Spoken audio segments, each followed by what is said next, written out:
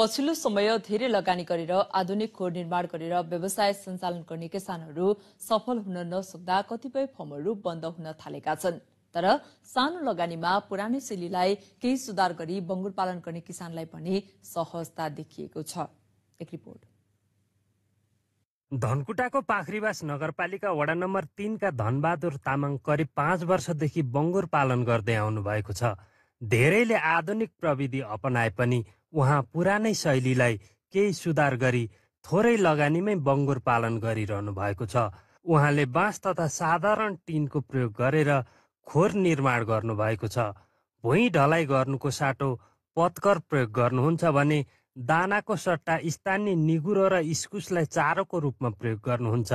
उहाँले वार्षिक करिब 400 को हाराहारीमा पाठापाठी बिक्री गर्दै आउनु भएको छ।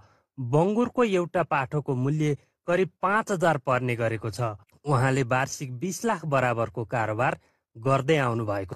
यो खर्चमा चाहिँ बाँस किनेर लाउँदाखेरि अलिकति आफूलाई खर्च कमी, भुइँ खोरमै नै तातो लागेर अक्सिजन पाएको यो पशु प्राणीले अनि त्यहाँदेखि चाहिँ अलिक राम्रो भएको थियो जस्तो मलाई शङ्का। तामाङ जस्तै जिल्लामा धेरै कृषकले सानो लगानीमा बङ्गुर पालन गरिरहेका छन्।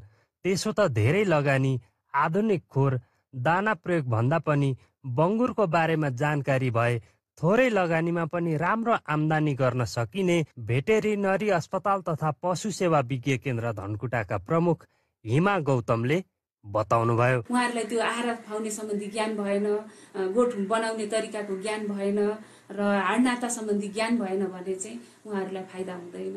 त्यसकारण पुरानै तरिकाले पाले पनि प्राविधिक ज्ञान चाहिँ उहाँहरूलाई जानकार हुनु पर्यो।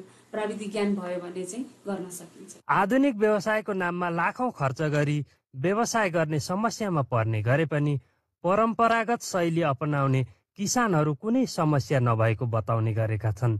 जसले पशुपालन क्षेत्रमा पुरानो शैलीलाई थोरै लगानीमा थोरै सुधार गरी राम्रो आम्दानी गर्न सकिन्छ भन्ने उदाहरण प्रस्तुत गरिरहेका छन्।